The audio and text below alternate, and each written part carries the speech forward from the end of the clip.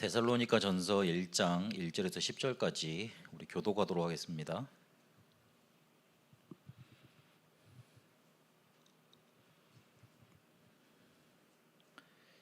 데살로니가 전서 1장 1절에서 10절까지 우리 찾으셔서 교독합니다. 바울과 실로아너와 디모데는 하나님 아버지와 주 예수 그리스도 안에 있는 데살로니가인의 교회에 편지하노니 은혜와 평강이 너희에게 있을지어다.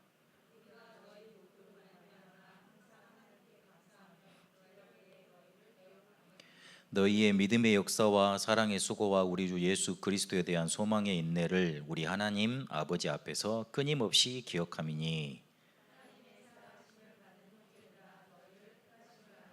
이는 우리 복음이 너희에게 말로만 이른 것이 아니라 또한 능력과 성령과 큰 확신으로 된 것입니다.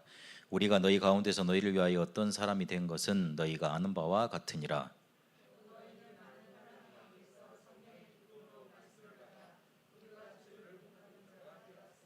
그러므로 너희가 마게도냐와 아가야에 있는 모든 믿는 자의 본이 되었느니라.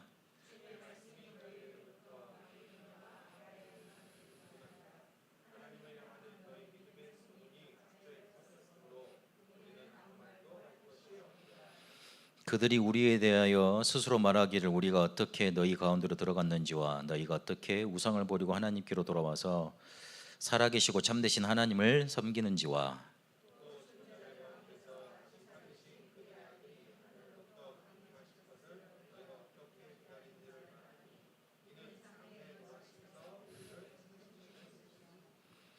아멘. 제가 작년에 설교를 시작하면서 한 분이 저한테 전화를 와서 계속 상담을 해옵니다. 그분 제가 말씀드렸을 건데 한 달 정도 넘게 전화가 안 오길래 전화가 올 때가 됐는데 왜 안 오지 그랬거든요. 다시 전화가 왔습니다. 이번에는 응답을 말씀하시더라고요.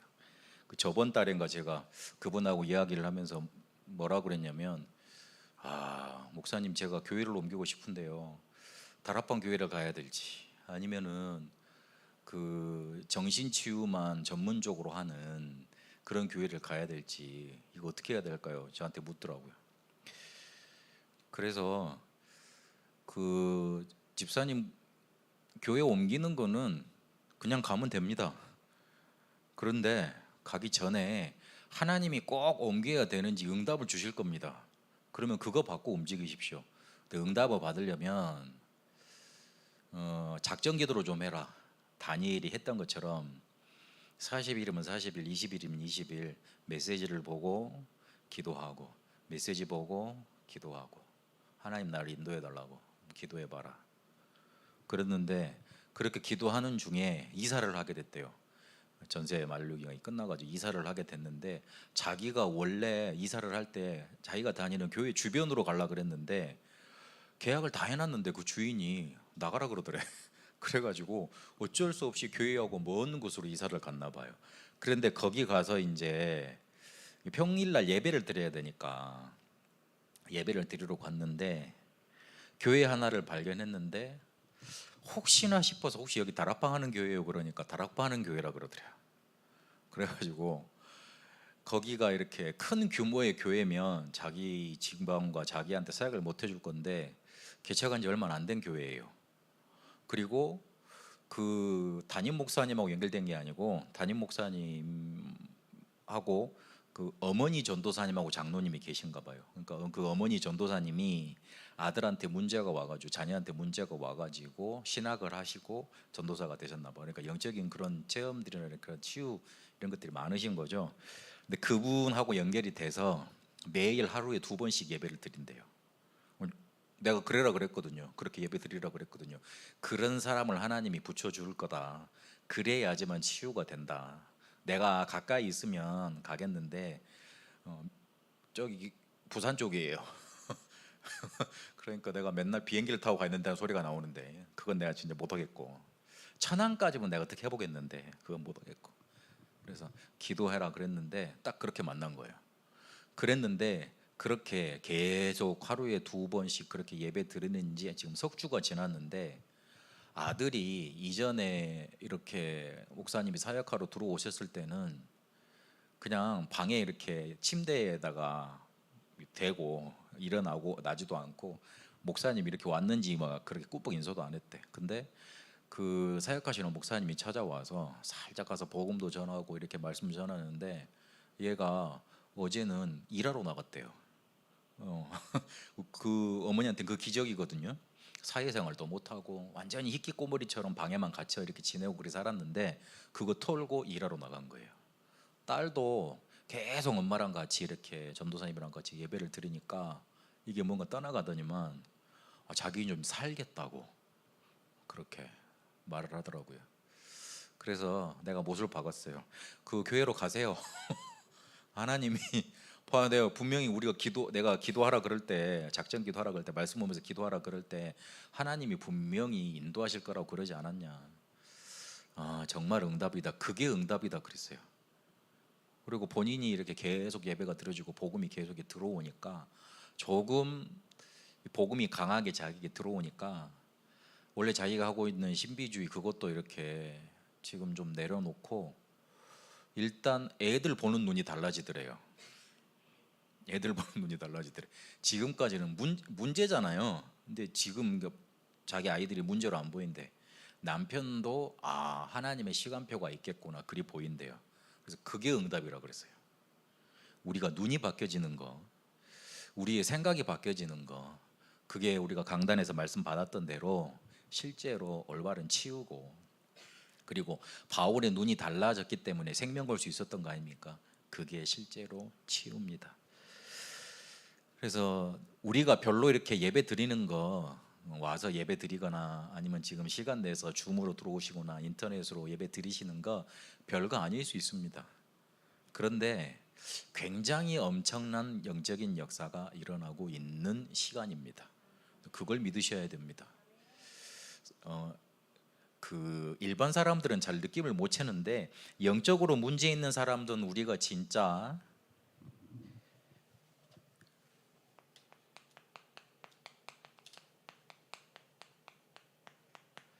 원색을 가진 신학이 있는지 대반에 알아봅니다. 하나님이 쓰시는 일꾼 두 번째, 오늘 훈련 9번째인데 하나님이 어떤 사람을 쓰시느냐, 그리고 현장에는 어떤 사람이 쓰임 받게 되느냐, 원색 신앙인이 쓰임 받게 됩니다. 그 원색이라고 할 때 성경에서 말하는 걸 그대로 보여줄 수 있는 사람요. 페이퍼가 없으시죠? 제가 오늘 비 와서 많이 안 오실 줄 알고 많이 출력을 안 해왔는데 그 휴대폰 보세요. 다 올려놨으니까 제가 올리는 거 휴대폰 보시고 그렇게 보시면 되고, 또 오늘은 좀 보셔야 되는데 내용이 많아가지고 일단 휴대폰 보시면 됩니다. 2번 제가 잘못 쳐놨네요. 제목은 틀렸습니다. 그것 때문에 당황을 하셨구나. 죄송합니다. 그으시고 죄송합니다. 삶의 기초가 올바른 사람이 아니고 이거 원색 신앙인입니다. 말씀을 하세요. 사람 별로 많지도 않은데. 아니 왜 내가 뭐 잘못했나, 이거 뭐 짐작이 안 가잖아. 그러니까 죄송합니다. 제가 예전에는 이런 데 너무 막 눌리고 그랬는데 그냥 되는 대로 하려고요. 되는 대로 한다는 말이 혹시나 이렇게 막 너무 뭐라 그럴까, 저 때문에 시험 들면 그건 본인 책임입니다. 아멘. 죄송합니다.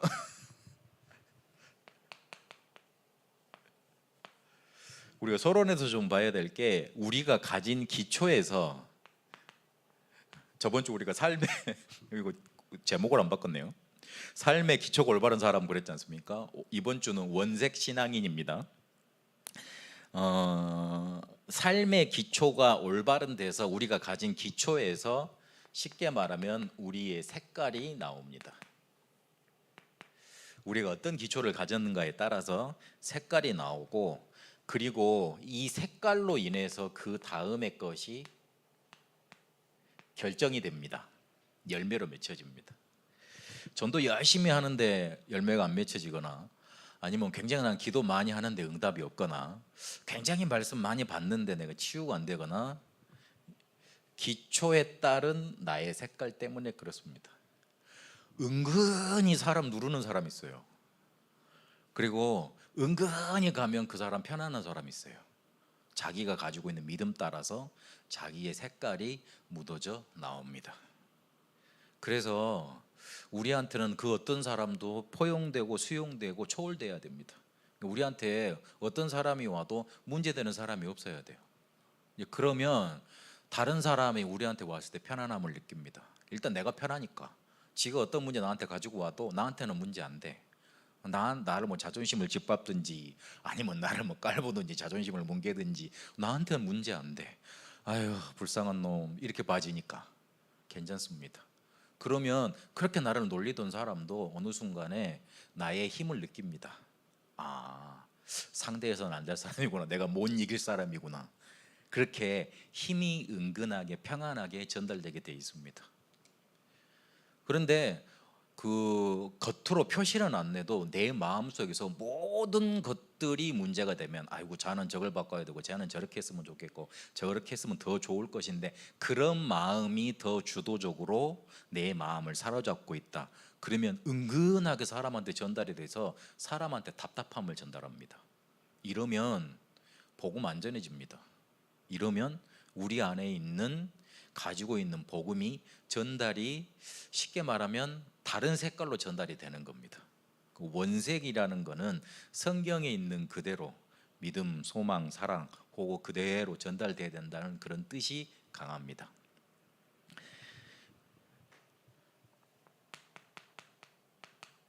데살로니가 1장 3절 우리가 봤던 대로 우리가 기도할 수 있다면 우리의 모든 문제 해결이 됩니다. 혹시나 여러분이 가장 안 되는 문제 있으면 딱 시간을 정하세요. 제가 처음에 간증드렸던 것처럼 딱 시간을 정하세요. 40일이면 40일. 우리 대학생들 지금 기간 좋잖아요. 40일 2번 할 수 있겠네. 석 달이니까. 그러니까 딱 시간을 정해놓고 그냥 하시지 마시고 어디 페이퍼 아니면 노트에다가 다이어리에다가 제 1차 40일 나 집중 훈련 그래가지고 집중 그래가지고 이렇게 집중 기도회 그래가지고 하나 써놓고 성구 하나 적어놓고 내가 응답받고자 하는 목표 적어놓고 기도 제목 적어놓고 하라 그랬잖아요. 그러면 체크리스트 하나 만들어놓고 한번 해보세요. 그 뒤 40일 뒤에 어떤 일이 일어나는가. 아마 40일 뒤에 별일이 없을지 모릅니다. 그러면 가장 극히 정상입니다. 2차 하는 거예요. 2차에도 별거 없거든요. 그럼 또 3차 하는 거예요. 3차까지 하면 며칠입니까? 120일입니다. 사람이 한 100일 정도 계속 뭔가를 집중해 놓으면 분명 뭐 하나 달라져 있습니다. 아까 제가 처음 말씀드렸던 분처럼 눈이 달라져 있거나 아니면 눈이 달라져서 어떻게 응답이 와 있거나 달라져 있습니다. 혹시 내가 풀리지 않는 뭐 나쁜 습관 아니면 응답받고 싶은 거 그거 정말로 있다면 기간을 정해놓고 계속 그렇게 응답 한번 기도해 보세요. 문제되지 않고 실제로 풀리는 응답이 나타납니다. 그리고 우리가 다른 사람을 위해서 기도할 수 있다면 그 사람에게 우리가 가지고 있는 복음의 역사 전달되게 되어 있습니다. 뒤에도 보겠습니다만은 우리에게 하나님은 믿음 주셨습니다. 이 믿음은 역사를 일으킨다고 그랬습니다. 근데 믿음은 생명이거든요. 종교적인 그런 믿음이 아니고 우리가 가진 거는 생명 아닙니까? 근데 생명이 있으면 어떻게 됩니까? 빨빨빨 돌아다니죠. 아기가 태어나면 가만히 있는 아이는 좀 문제 있는 아이입니다. 그런데 몸을 뒤틀고 기지개 펴고 울고 밥 달라고 울고 그러고 그러다가 다리에 힘 생기면 지가 알아서서 이제 돌아다니고 그러면 엄마 아빠도 긴장하기 시작하죠. 이제 스티로폼 붙여놓고 콘센트 막아놓고 그렇게 하죠. 그 전기 콘센트에 뭐라고 그걸 손을 넣는지 모르겠어요. 그것도 침 발라가지고 젓가락을 가지고 그건 안 가르쳐줘도 직감적으로 아는가 봐. 희한해. 그래가지고 그거 이렇게 넣지 말라고 콘센트 뭐 꽂고 머리 부딪히지 말라고 머리 라인 그쪽에다가 뭐 이렇게 스티로폼 닿고 막 다 그러잖아요. 얘가 생명이 있으니까 뭘 활동을 하는 거예요. 그러니까 이렇게 보니까 뭔가 좀 막연한데 활동이라고 생각을 해보세요. 그 활동이 계속 역동적으로 일어나면 역사가 되는 거 아닙니까? 우리 안에 생명이 있으면 우리 안에서 우리를 가만두지 않습니다. 우리가 잘못하면 회개하게 만들고요, 찔리게 만들고요, 그리고 하나님 말씀 듣게 만들고요, 그리고 하나님 말씀을 사모하게 만들고 뭔가 자꾸만 기도하기 쉽게 만들고 예배 나오게 만들고 그렇게 만듭니다. 내가 예수 그리스도를 영접을 했는데 교회 나오기인데 좀 꺼려지고 기도하기가 힘들고 그렇다. 의심해 봐야 돼요. 진짜 그건 의심해 봐야 돼요. 예배를 드려야 된다, 기도해야 된다, 그 다음에 뭔가 전도해야 된다, 그거 따지기 전에 내 안에 정말 생명이 있으면 그 생명이 나를 가만히 두지 않는다니까요. 막 역사를 시킵니다. 전도에 대해서 너무 부담이 된다, 부담이 너무 많이 되시죠? 아멘. 그러면 내 안에 생명이 있다는 증거니까 일단 감사하세요. 수요 예배 때 전도 훈련 시키는데 목사님이 전도 훈련 말하는데 광단에서 전도만 말하는데 아무런 마음에 양심에 꺼리낌이 없다, 찾아오세요. 영접을 다시 해야 될지도 몰라. 근데 부담이 되고 막 눌림이 있고 그렇다, 일단 구원받은 자고 생명 있는 사람이에요. 근데 그리 해석을 해야 됩니다. 계속 눌려 계시지 않으시죠? 아멘. 그리고 우리가 사랑하면 수고할 수 있습니다. 제가 군대를 전라도 순천에서 강원도 양구까지 갔거든요. 근데 강원도 양구가 도로가 안 좋아요. 예전에 인제 가면 언제 우리 원통에서 뭐 그런 거 있거든요. 그런데 양구만 모타리 그런 게 있어요. 제가 인제 원통 혹시 들어보셨습니까? 되게 험한 데예요. 근데 그것보다 더 험한 데가 양구입니다. 양구는 배 타고 들어가야 돼요. 옛날 다리가 없어가지고. 그랬는데 제가 그때 우리 집사람하고 사귀고 있었을 때였거든요.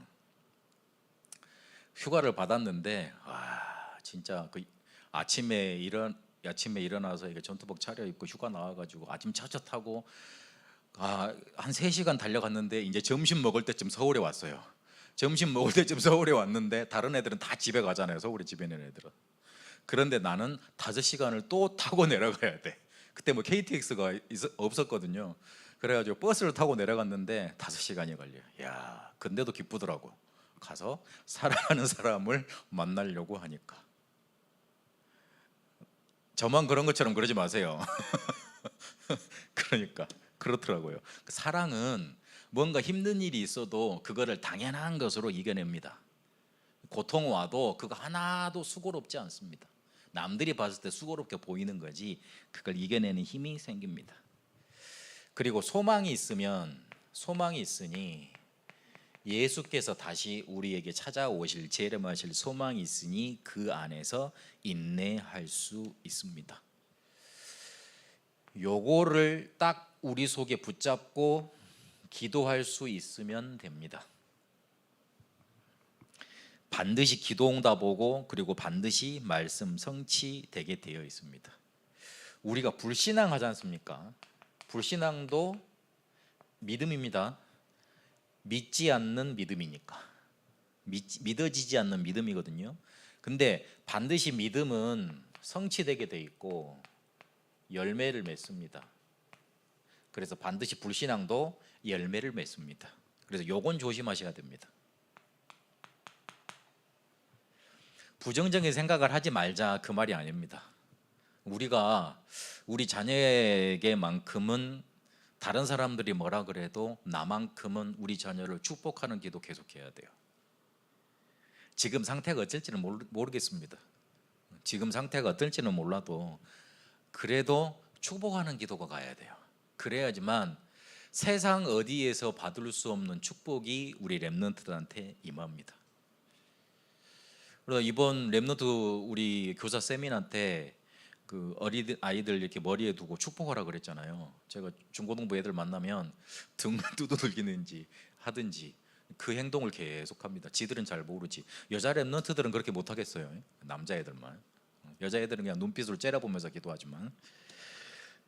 그래서 우리만큼은 우리 렘넌트들에 대해서 마음속에 불신앙 버려버려야 됩니다. 하나님이 하신다.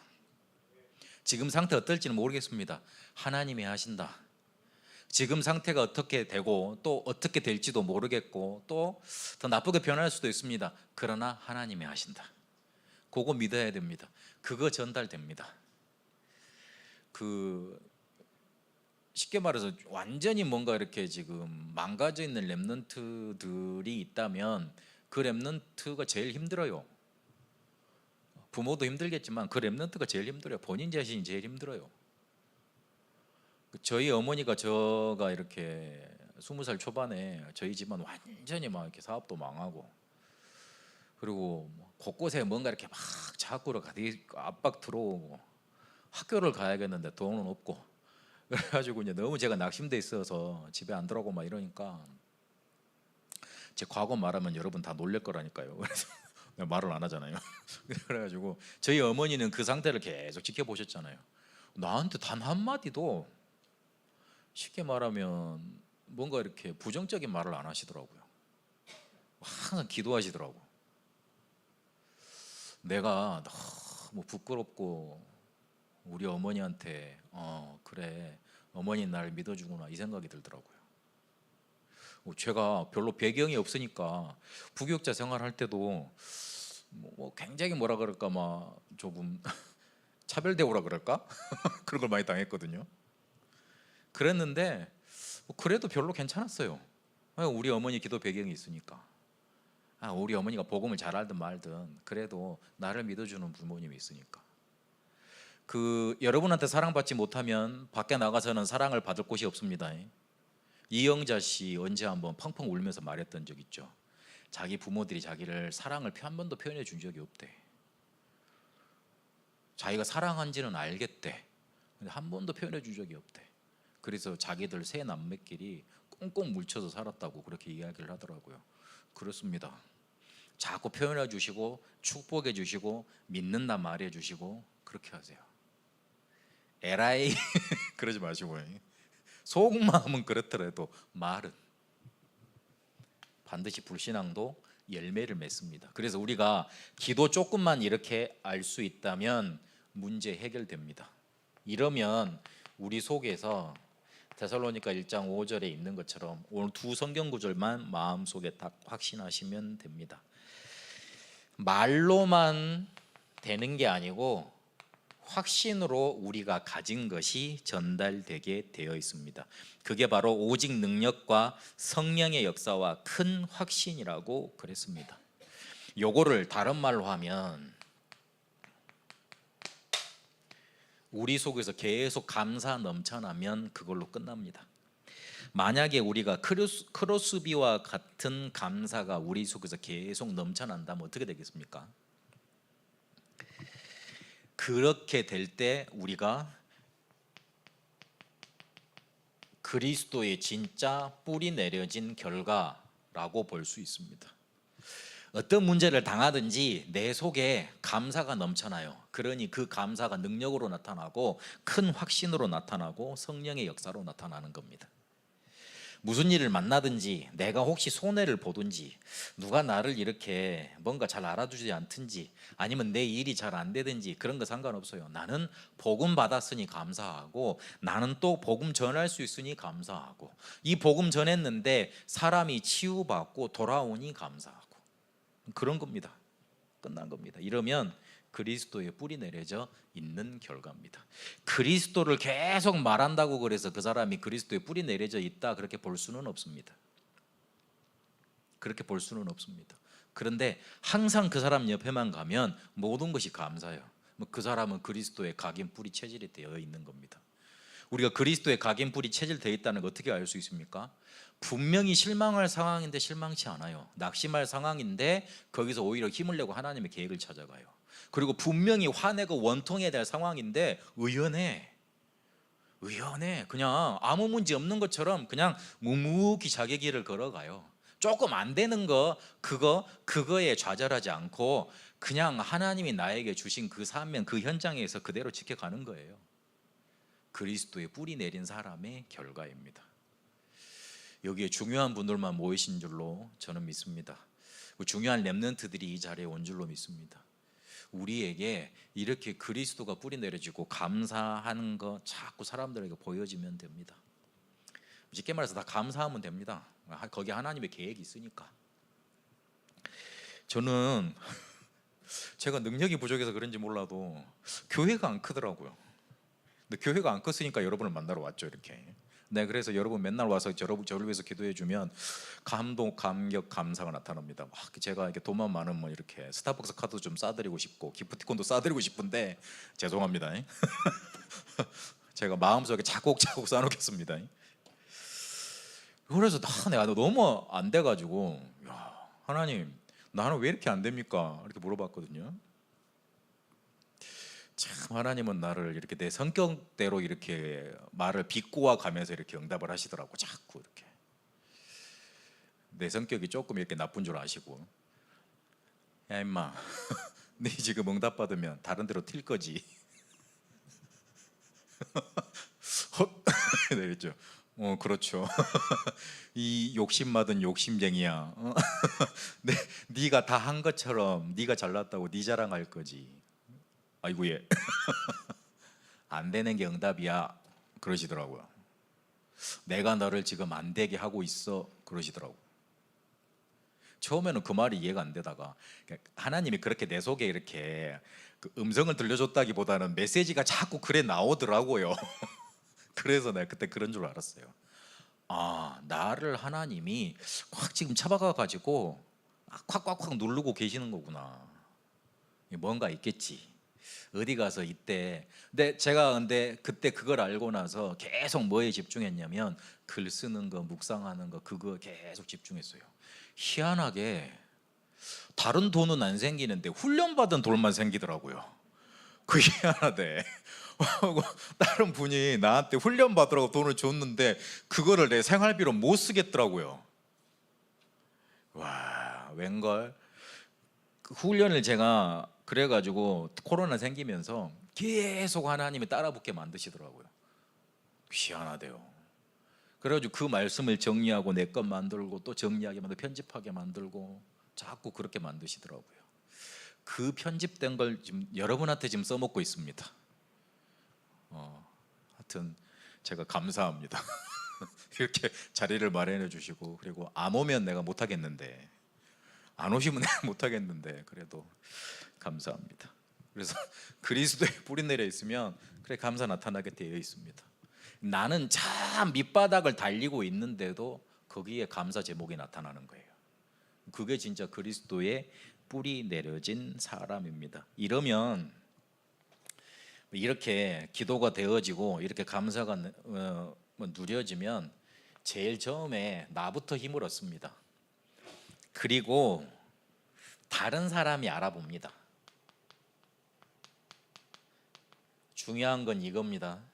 사단이 이때부터 눈치채고 무릎 꿇기 시작합니다. 사단이 확 내 앞에서 무릎 꿇어야 되는데 내가 전혀 이렇게 확신도 없고 믿음도 없고 기도도 안 된다, 떠나갈 리가 없죠. 공격 태세 막 하고 있다가 아유 쟤 저러다 말겠지, 조금만 기다려보면 돼, 조금 그래 저거 틈 있어, 그럼 확 넘기면 되지 이라고 달려들 준비를 하고 있지, 절대 일이 안 되고서는 사단이 따라갈 리가 없습니다. 그래서 조금만 기초에 의해서 색깔 나오니까 그거 누릴 수 있도록 기도로 모든 것을 해결하시고 모든 것을 감사로 돌려내시라, 그러면 됩니다. 오늘은 그걸 쭉 읽어가면서 말씀을 풀도록 하겠습니다. 1번에 보니까 성도의 삶의 뿌리와 그 인사 그랬는데 1장 1절에 보면 뭐라 그랬냐면 하나님 아버지와 주 예수 그리스도 안에 있는 그랬습니다. 우리의 뿌리는, 원색 신앙인의 뿌리는 하나님과 그리스도 안에 뿌리를 내려야 되는 겁니다. 이러면 나타나는 게 있는데 은혜와 평강이 우리에게 열매로 나타나서 그거를 사람들에게 전달하는 인사가 나옵니다. 은혜와 평강이 너희에게 있을지어다 그랬습니다. 위에서 임해서 우리를 사로잡는 거 아닙니까? 은혜와 평강은 우리 안에서 솟구쳐서 우리를 감싸는 거 아닙니까? 은혜와 평강은. 그렇게 하나님이 하나님 안과 우리 그리스도 안에 우리가 뿌리 내려 있으면 우리 안에 솟구치게 하시고 위에서 우리를 붙잡으시는 겁니다. 솔직히 우리의 마음은 늘 흔들려요. 뭔가 좀 안 되는 것만 조금만 내게 있어도 불안해하고, 그리고 조금 응답이 안 되고 내가 좀 힘들어도 뭔가 이렇게 내 마음이 갈대처럼 흔들린다니까요. 하나님이 우리를 붙들어 주셔야 되잖아요. 근데 하나님 우리를 붙드시려면 우리가 그리스도 안에 있어야 되는 겁니다. 그리고 이번에 보시면 성숙한 신앙의 본 그랬습니다. 그러면서 뭐라 그랬냐면 2절에 보니까 우리가 너희 모두로 말미암아 항상 하나님께 감사하며 기도할 때 너희를 기억하면 그랬습니다.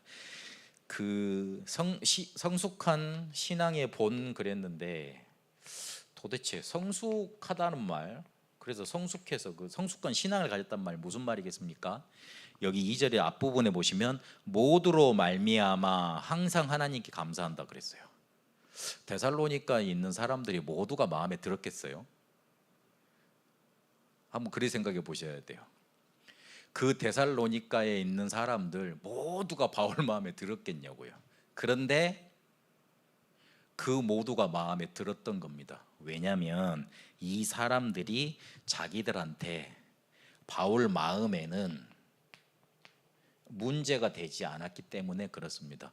유목사님 메시지로 표현하자면 이 사람들이 수용되고, 그리고 그 사람들의 문제를 초월할 수 있는 눈과 힘이 바울에게 있었기 때문에 그렇습니다. 서론에 말씀드렸던 것처럼 어떤 사람이 문제 가져와도 문제되지 않으면 되는 거예요. 그 사람이 바로 사람을 품어줄 수 있고 사람을 살릴 수 있는 사람이 성숙한 신앙인인 겁니다. 저 사람한테만 가면 내 문제가 있다가도 아니 없다가도 드러나. 그건 성숙한 신앙은 아닙니다. 그리고 이들이 가진 신앙의 특징 여기서 봤습니다.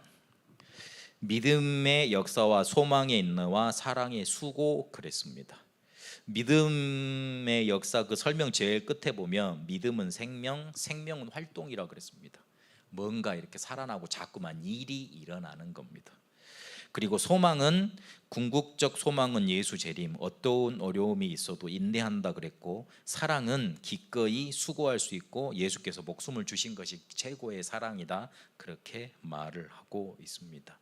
우리에게서 다른 사람들이 볼 때 저 사람 정말 믿음의 사람이구나, 저 사람에게는 뭔가 내가 가지지 못하는 소망이 있구나, 그리고 진정 나를 위하고 나를 아껴주고 나를 위해서 헌신하는구나, 이게 느껴지면 됩니다. 그리고 나한테 정말 복음 주려 하는구나, 그게 느껴지면 됩니다. 그래서 3번에 보니까 이 사람들이 이렇게 성숙한 신앙 인격을 갖춘 데는 여러 배경이 있겠지만 특히 본을 받을 만한 훌륭한 영적인 선배가 있다 그랬습니다.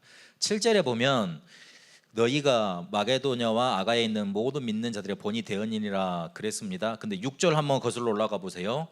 또 너희는 많은 환난 가운데서 성령의 기쁨으로 말씀을 받아 우리와 주를 본받은 자가 되었으니 그랬습니다. 이 사람들이 이렇게 성숙한 신앙인으로 자라게 된 본 모델이 있었는데 그게 누구였냐면 바울 팀이었던 겁니다. 1절에 보면 바울 팀이 나오죠. 바울과 실로아노와 디모데. 실로아노는 신라를 말합니다. 신라가 어떤 사람이었습니까? 바울과 같이 사도행전 16장에 보니까 감옥에 갇혀서 매질을 당했던 사람입니다. 끝까지 따라갔습니다. 그리고 디모데는 바울이 사도행전 14장에 보니까 자기가 돌에 맞으면서까지 제자로 삼으려고 했던 차세대 주자입니다. 근데 그 사람들이 굉장히 전도 여행을 다니면서 어려움도 많이 당했지만 그 모든 것들이 문제가 되지 않았습니다. 자기한테 시험거리, 핍박거리, 바울은 이렇게 자기를 죽이려고 하는 자살 특공대가, 살인 특공대가 형성이 됐다니까요. 내가 바울을 죽이지 않고서는 밥도 안 먹겠다고 그런 사람들이 40 몇 명인가 특공대가 결성이 돼가지고 바울을 찾아 죽이려고 그랬어요. 그런데 그런 것도 문제가 되지 않았어요. 그리고 실제로 40대에서 한 대 감암에 40대 치면 저주당한 사람이라 그래가지고 40대를 치지 않아요 옛날에는. 그런데 39대 그 맞는 걸 여러 번 맞았다 그랬어요. 그리고 그 강가나 위험이나 그런 가보면 자연 환경의 위험도 있고, 그리고 실제로 예전에 여행 다니면 죽임 당합니다. 어떤 마을에서는 외지인이 오잖아요. 바로 죽이는 그런 마을들이 많았어요. 그런데 그런 데를 계속 돌아다니면서 복음 전했어요. 왜 그랬냐면 바울 안에 자기를 뒤집어 놓은 복음으로 충만했기 때문에. 요거를 그 사람들이 단순히 데살로니가 사람들이 봤을 때 저 사람들은 그냥 단순히 그냥 복음 전하는 전도자가 아니고 정말 저기에 생명 건 사람들이구나. 저 사람들에게 믿음, 저 사람들에게 있는 소망, 사랑, 우리도 보고 배워야 되겠다. 그게 그대로 전달이 된 겁니다. 여러분이 그런 모델 되시길 바랍니다. 주변에 그런 내가 보고 믿을 사람이 없어요. 그래, 그거는 일단 다 없으니까 냅두고 냅두고 내가 먼저 그렇게 돼야 되겠다 그러면 하나님이 나한테 그런 응답을 주십니다. 누구를 통해서 배우려고 하지 말라고 우리 랩런트들에게 자꾸 이 목사님 말씀하시잖아요. 하나님께로 배우면 됩니다. 하나님이 주신 성경의 말씀을 통해서 내가 그렇게 돼야 되겠다고 언약 붙잡으면 됩니다. 언약이 우리를 만들어 갑니다. 이렇게 언약 붙잡으세요. 누가 좀 보여주면 좋겠다 그런 마음, 막연한 생각 가지고는 응답 못 받습니다. 막연한 생각이에요. 누가 나한테 신앙생활을 어떻게 하는지, 기도 어떻게 하는지 좀 알려줬으면 좋겠다, 그건 막연한 생각이에요. 그처럼 이렇게 막연한 생각이 없어요. 어디 가서 배워야 되고, 어디가 그럼 정통이고, 그럼 어떤 사람이 정말 잘하는 사람입니까? 다 기준 따라 다르게 돼 있어요. 하나님은 우리에 딱 맞게 세팅된 것을 우리 안에서 우리와 함께 거하시면서 말씀으로 인도하십니다. 그걸 언약으로 딱 붙잡아야 됩니다. 그래서 바울이 4번에 보니까 복음을 전했습니다. 어떤 경위로 다락방 운동을 벌였는지 한번 보십시오. 복음의 매개체 그랬는데 이 말은 복음이 이렇게 전달되는 어떤 통로가 있었다는 겁니다. 그 어떤 방법으로 전달이 됐냐면 로마서 10장 14절에서 15절까지 보니까 거기에 무슨 말이 나오면 로마서 10장 13절에 보면 주의 이름을 믿는 자는 구원을 받는다 그랬잖아요. 주의 이름을 부르는 자마다. 그런데 믿지도 아니한 자는 어떻게 부르겠느냐, 듣지도 아니하는 자를 어떻게 부르겠느냐, 그리고 전해주는 자가 없는데 어떻게 듣겠냐, 그리고 가지 않았는데 어떻게 전하겠느냐, 그렇게 말이 나옵니다. 그러면서 이 복음을 들고 산을 넘는 자의 발걸음이 아름답다 그랬습니다. 전하러 일단 가서 전해야지, 듣고 들어야지만 이름 부르게 되고 불러야지만 구원받는다는 말입니다. 요거를 뒤로 계속 거꾸로 말한 거예요. 그래서 우리가 먼저 가야 돼요. 가야 되는 거예요. 혹시 이번 목사님이 구역장 사역장 모임 때 영혼 하나 붙여지면 놓치지 말아야 된다, 그거 강조하셨잖아요. 그거 하나 놓쳐버리면 제대로 못하면 하나님이 다음에 안 붙여준다, 그 말씀하셨거든요. 맞습니다. 하나님은 사람을 붙여주시는데 내가 잘 감당 못하면 그 다음은 조금만 보류를 시켜놓습니다. 아, 얘가 아직은 붙일 때가 안 되는구나. 하나님이 가장 사랑하는 영혼을 붙일 만한 사람한테 안 붙이겠습니까? 그 사람을 잘 돌봐줄 사람, 잘 복음으로 양육할 사람. 우리도 아이들 학원 보낼 때 따지고 보내잖아요. 그냥 보내세요? 따지잖아요. 저 소문 어떠냐? 선생님 어떠냐? 따지고 보내잖아요. 하물며 하나님이 가장 소중하게 여기시는 새 생명을 누구한테 보내시겠습니까? 우리가 낙심해야 될 게 아니고 우리가 훈련받고 더 준비하고 더 복음 속으로 깊이 들어가서 딱 기회가 오면 붙잡고 놓치지 않고 딱 하나님의 사람을 만들 수 있는 그런 실천이 우리에게 있어야 됩니다. 그리고 여기 3주간 성경 공부 그랬는데 긴 시간이 필요하지 않았습니다. 딱 나에게 주어진 시간이 어떤지 알고 집중한 겁니다. 그래서 나타나는 현상은 말씀의 권위가, 마가복음 1장 12절 보니까 권위가 나타났습니다. 그리고 다락방 운동할 때 능력과 확신이 나타났는데 그게 성령의 역사를 통해 나타납니다. 성령의 역사가 나타나지 않으면 우리가 아무리 말을 해도 빈말이 돼요. 그래서 믿고 우리가 말씀 전하기 전에, 그 복음 전하기 전에 기도해야 됩니다. 덜덜덜 떨린다고 해서 확신 없게 던달되는 건 아닙니다. 우리의 떨림에 그 크기에 확신이 있고 유무 차이가 있는 게 아니고, 우리 속에 아무리 떨어도 성령께서 역사하시면 그 사람 받을 때, 전달될 때 성령께서 역사하시는 걸로 전달이 됩니다. 그걸 믿으셔야 된다고요. 그리고 내적인 요소는 확신이고, 그리고 5번 보니까 전도자는 사랑과 정성을 기울여 복음을 전해야 된다 그랬습니다. 내가 가르친다는 마음으로 할 게 아니고, 이 사람 얼마나 불쌍한 사람이에요. 수없이 길을 찾다가 지금 내 앞에 와 있는 거잖아요. 그렇게 고생하고 헤매다가 지금 내 앞에 와 있는 거잖아요. 불쌍하잖아요. 일단 인간적인 마음으로 불쌍하고, 그 살아왔던 생을 얼마나 하나님이 안타깝게 보셔서 나에게 지금 내 앞에 갖다 놓으신 겁니까? 우리 랩런트들이 바로 그런 애들입니다. 좀 못된 애들 많아요. 말 안 듣고. 그런 애들일수록 사연이 많은 애들이에요. 깊게 봐야 돼요. 우리가 조금만 사랑으로, 긍휼함으로, 예수님이 가진 그 긍휼함의 눈으로 바라보면 얘한테 복음 나가게 돼 있어요. 그런 마음이라는 겁니다. 그래서 데살로니가 교인의 본받을 점을 그들의 상황 가운데서 본다 그럴 때 보면, 5번에 보면 그들의 외적인 상황은 핍박이 가득했습니다. 그런데 내적으로 보면 야손이라는 사명자 중심으로 그 교회가 단단히 뭉쳤던 겁니다. 믿음을 갖게 된 이유 중에 하나는 바울의 지속적인 관심이 있었습니다.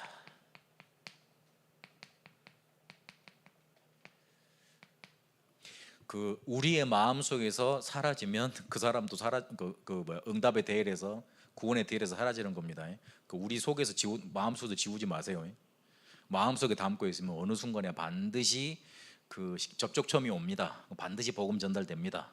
우리 그걸 보고 전도 대상자 놓고 기도하란 말 아닙니까? 1절, 2절, 3절, 4절 보면 바울이 항상 너희를 위해서 기도한다, 기억한다, 끊임없이 기도한다, 그 말이 계속 나옵니다. 소문난 데살로니가 교회의 그 특징, 어떻게 들어간 것과 사시고 하나님 삼위실 어떻게 우상을 버리고 하나님께로 돌아와서 하나님을 섬기고, 그리고 하늘로부터 강림하심을 기다리는 것, 너희들이 그렇게 신앙생활을 하고 있는 거, 그렇게 너희들이 신앙생활의 믿음을 붙잡고 있는 거 알고 있다. 그래서 너희들에게서 실제로 믿음, 소망, 사랑의 역사가 나타난다. 그렇게 말을 하고 있습니다. 당신이 처한 곳에서 모습과 소문은 어떠합니까? 그랬고, 걸림돌은 뭡니까? 그랬습니다. 뭐가 걸림돌이겠습니까? 핍박이 많이 온다 그러는데 자세히 따지고 보면 걸림돌은 나예요.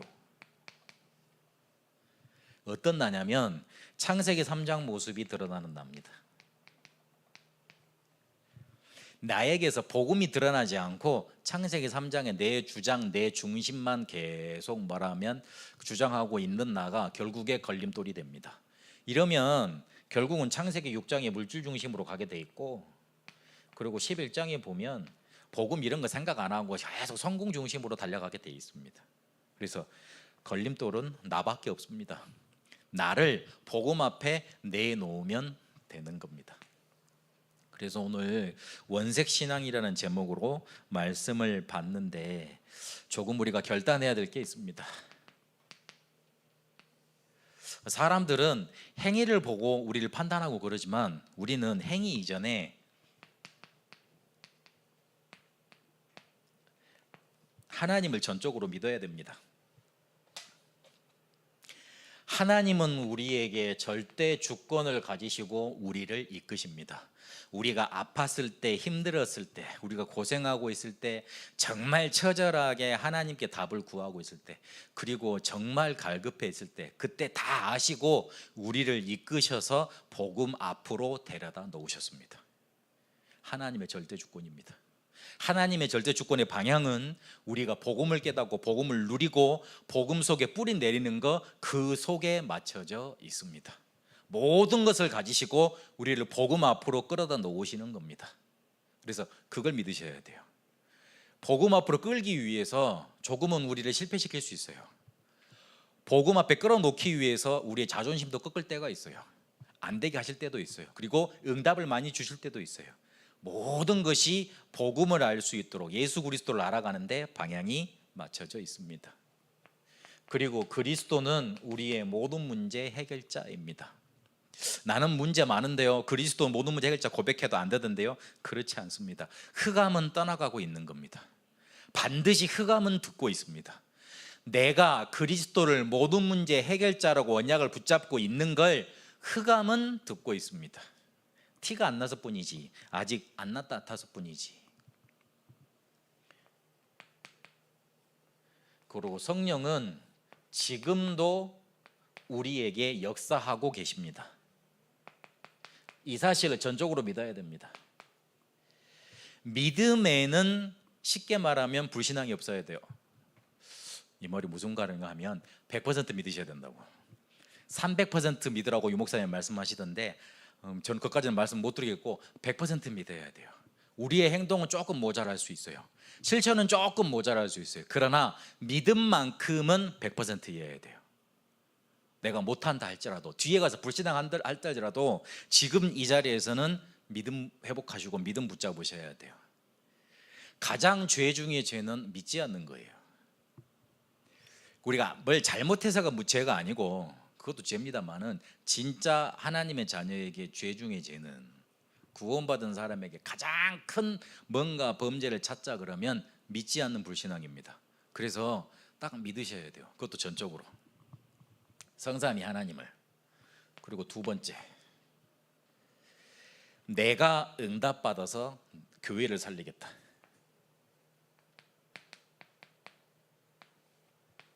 사람들 와가지고 이게 문제요 저게 문제요 그런 말들 다 그런 말들밖에 안 합니다. 다들 문제만 정확히 분석하고 있습니다. 해결책도 제시 안 해놓고 다 문제만, 그래 저게 잘못, 내가 그러지 말라 그랬잖아, 그렇게 하면 안 된다 그랬잖아, 다 그 이야기만 하고 있습니다. 하나님은 이 문제를 해결할 사람을 지금 찾고 계시는 거예요. 내가 응답받겠다고 나서는 사람을 하나님은 지켜보고 계시는 거예요. 그래서 내가 응답받으면 끝납니다. 내가 응답받아서 교회를 살리겠다. 야손이 다른 사람들 다 안 나서고 있을 때 딱 나서가지고 자기가 주동자라고 말을 했어요. 그래서 끌려갔잖아요. 그래가지고 매맞았잖아요. 그래서 다른 사람들이 보증금 내고 자기를 찾아왔지 않습니까? 혹시나 내가 내 피해가 오는 상황일지라도 내가 딱 응답받으면, 그리고 그런 야손이 있었기 때문에 데살로니가에 복음운동이 확 일어났던 거 아닙니까? 내가 그런 모델이 되겠다고 딱 언약을 붙잡으세요. 그리고 세 번째로, 나는 내가 잘하든 못하든 일평생 전도 제자로 살다가 가겠다. 딱 요 결단을 가지세요. 나는 깨끗하게 전도 운동하고 가겠다. 딱 요 마음을 가지세요.